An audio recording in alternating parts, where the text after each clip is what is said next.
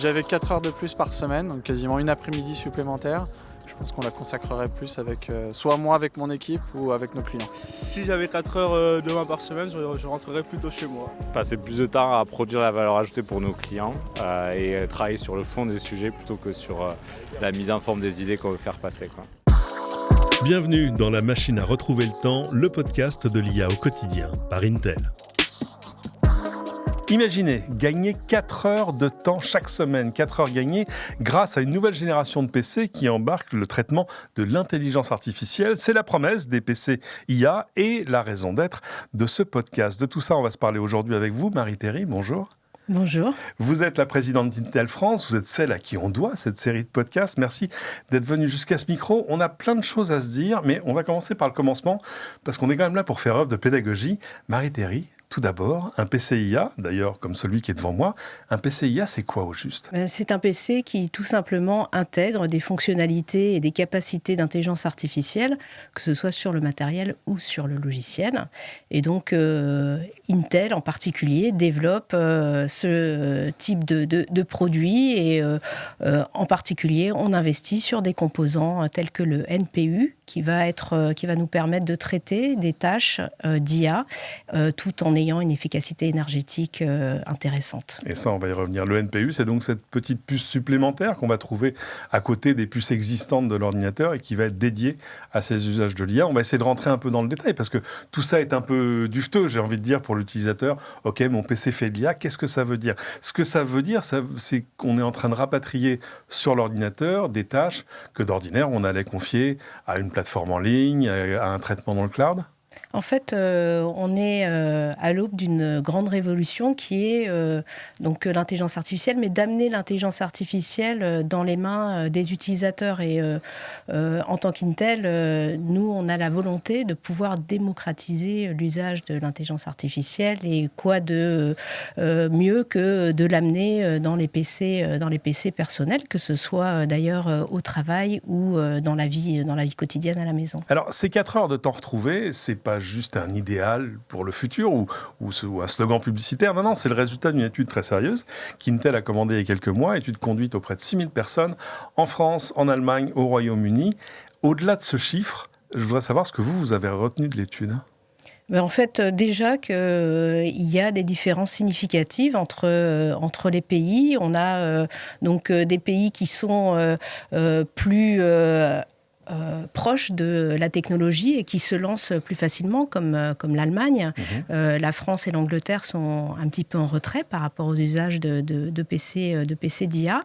Et puis aussi que finalement, l'intelligence artificielle va permettre à chacun de récupérer du temps, comme vous l'avez évoqué, et de pouvoir le réinvestir de façon également très personnelle. Et si, par exemple, en Allemagne ou en Angleterre, la plupart des répondants vont le réinvestir dans le développement, notamment professionnel, en France, on le voit comme un vrai bénéfice pour rééquilibrer la vie professionnelle et la vie privée, donc pour 76% des répondants, et de pouvoir le réinvestir sur du développement personnel, de la lecture, de la cuisine. Voilà. Et après, sur les usages par rapport à l'IA, en fait, les usages peuvent varier selon les pays. Alors c'est intéressant parce que au-delà de ça, au-delà de l'existence de l'étude, moi je me posais la question du pourquoi. Pourquoi avoir choisi de mener une telle étude sur les usages et la perception de l'IA dans les PC ?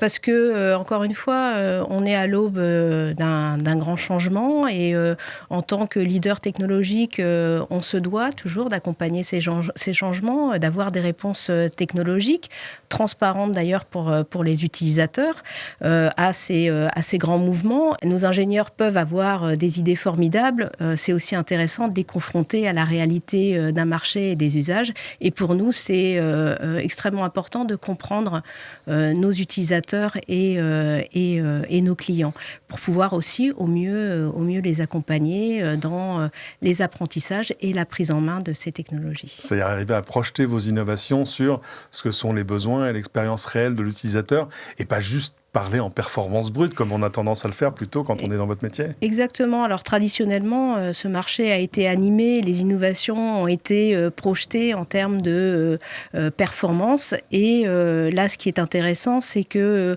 on a une approche un peu différente. Qu'est-ce que la technologie peut pour moi en tant que professionnel, en tant qu'individu? Et on a aussi une approche beaucoup plus personnalisée finalement des usages. L'un des résultats de l'étude, on s'aperçoit que 86% des répondants, donc une immense majorité, n'ont jamais entendu parler des PCIA ou ne les ont jamais utilisés. À quoi est-ce que vous attribuez ce fossé éducatif autour de l'IA intégrée au PC ? Parce qu'on est vraiment à l'aube de ces technologies. On entend énormément parler. Et c'est vrai que bien souvent, c'est aussi associé plus au monde des data centers, au monde des serveurs, alors que déjà, on utilise l'IA sans le savoir depuis longtemps. Mais aujourd'hui, le fait de pouvoir l'amener, encore une fois, dans les mains de chacun permet d'envisager de nouveaux horizons. On a entendu quelques exemples en introduction de cette émission, mais quand l'étude souligne que donc, ces PCIA peuvent nous faire gagner jusqu'à 240 minutes par semaine, 4 heures, sur quelles tâches on est en train de gagner du temps? Quelles sont les tâches qui reviennent le plus souvent, celles qui deviennent finalement des corvées? Alors c'est variable, encore une fois, selon les pays et selon les individus. Ce qu'on va retrouver le plus fréquemment, c'est comment est-ce que je gagne du temps sur la génération d'emails, la génération de contenu aussi de PowerPoint. Pour les Français, c'est davantage sur la traduction. 40% des personnes interrogées pensent que ça va les aider sur des tâches de traduction, sur la restitution aussi de notes, de réunions. Donc toutes ces tâches en fait sur lesquelles les individus pourraient estimer qu'ils n'ont pas réellement de valeur ajoutée et qui souhaiteraient donc voir traitées par une machine ou un super assistant pour pouvoir se concentrer sur là où on peut amener beaucoup plus de valeur. Et on le voit, et c'est vraiment des innovations qui arrivent presque à bas bruit et de manière transparente. Je voyais la dernière version de VLC, par exemple, le player vidéo que tout le monde utilise, et qui va maintenant faire de la traduction et du sous-titrage automatique en temps réel au moment où il vous joue une vidéo pour la première fois. Ça, c'est un truc qui est accéléré, par exemple, par les puces d'Intel. Alors, dans les enseignements de l'étude, j'en ai quand même trouvé un que j'ai trouvé un peu paradoxal. On y apprend que justement, ce sont aujourd'hui les possesseurs de PCIA qui passent le plus de temps sur ces tâches répétitives, plus de temps que les autres. C'est un peu contre-intuitif, comment est-ce que vous l'expliquez ? Comme toute technologie, il peut nécessiter un petit peu de prise en main. Et si on veut en tirer les bénéfices, il est important de pouvoir se former. C'est pour ça aussi qu'on souhaite pouvoir, nous, accompagner le marché à travers des démonstrations, par exemple, en magasin, pour sensibiliser les personnes à ce que peuvent amener cette technologie. Et finalement, c'est en comprenant davantage les bénéfices que les personnes vont comprendre en quoi il peut être important de se doter aujourd'hui de ces capacités d'intelligence artificielle. C'est intéressant parce que ce sont ces personnes-là qui ont le plus besoin de puissance. C'est probablement d'ailleurs pour cela qu'ils ont des machines de dernière génération. Il faut juste qu'ils arrivent à gravir la marge des usages pour que cette machine se mette vraiment au service de leurs tâches, de leur corvée du quotidien et pour leur simplifier la vie. Exactement. Je pourrais prendre le parallèle de l'apprentissage de la conduite. On s'équipe d'une voiture pour pouvoir aller plus loin, plus vite. Et pour autant, il faut investir dans les 20 heures de conduite au début pour pouvoir avoir accès à ce véhicule. C'est un petit peu pareil pour l'intelligence artificielle. C'est pour pouvoir en faire le meilleur usage. Il convient de pouvoir se former et aussi d'essayer. On verra que peut-être certaines fonctionnalités ne sont pas forcément les plus adaptées pour nos besoins au quotidien. C'est intéressant. Je voyais, il y a un autre bénéfice qui est vraiment plus purement technique et un peu transparent.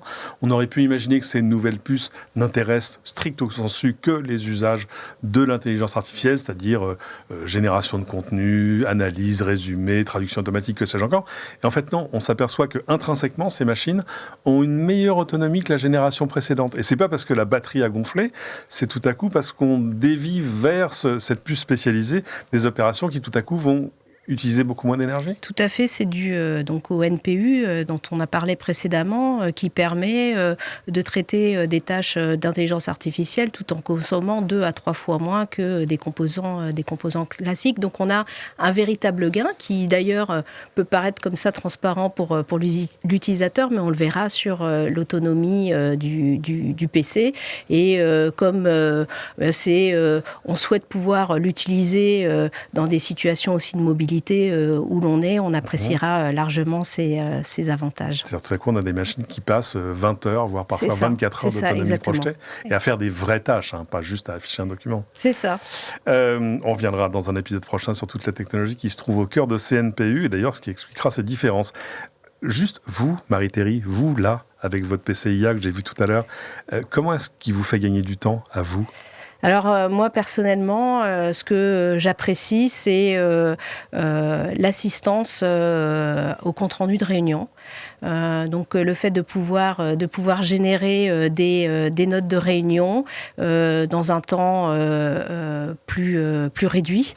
Voilà, il s'avère que a priori on peut passer jusqu'à 4 fois plus de temps à rédiger des notes de réunion qu'à réaliser la réunion soi-même.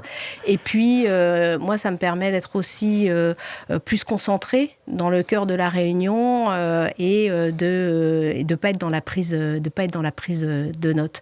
Et puis également, donc moi qui suis amenée à me déplacer fréquemment, interroger mon PC pour savoir quels ont été les emails qui m'ont été envoyés durant la journée, quelles sont les informations importantes. Est-ce que j'ai des emails de mon manager que je dois traiter ? Est-ce que j'ai des actions qui sont cachées dans mes emails ? Et ça, je peux le faire de façon très spontanée, mélanger l'anglais et le français d'ailleurs, et donc l'IA va me répondre selon le langage que j'aurais choisi. En fait, chacun trouve ses usages. Pour conclure, quel conseil vous donneriez à quelqu'un qui s'interroge sur l'utilité d'un PCIA ou qui se poserait la question de passer le cap aujourd'hui ? En fait, on arrive à une période aussi de renouvellement, beaucoup des machines. Il y a eu pas mal d'achats autour de la période Covid où tout le monde s'est équipé. Et c'est vrai qu'il y a un vrai questionnement aujourd'hui. Donc, ma recommandation, ce serait effectivement de se pencher sur ces nouveaux usages, de comprendre ce que ça veut dire pour nous, non seulement dans les bénéfices immédiats, mais aussi donc dans les 4 heures qu'on va pouvoir se rendre à soi-même, et peut-être aussi de tester tout simplement et de comprendre l'intérêt de cet investissement, parce que ça reste un investissement dans le temps où on souhaite se procurer du nouveau matériel. Justement, pour ceux qui sont dans une décision d'achat aujourd'hui, est-ce qu'on arrive à chiffrer un peu le surcoût de cette puce supplémentaire dans un PC du commerce ? Oui, alors aujourd'hui, on reste dans des gammes qui sont assez raisonnables, de l'ordre du millier d'euros à peu près. Donc c'est pas encore dans l'entrée de gamme ? Non, c'est plutôt dans ce qu'on appelle chez nous le mainstream et les plus hauts de gamme, évidemment. Évidemment.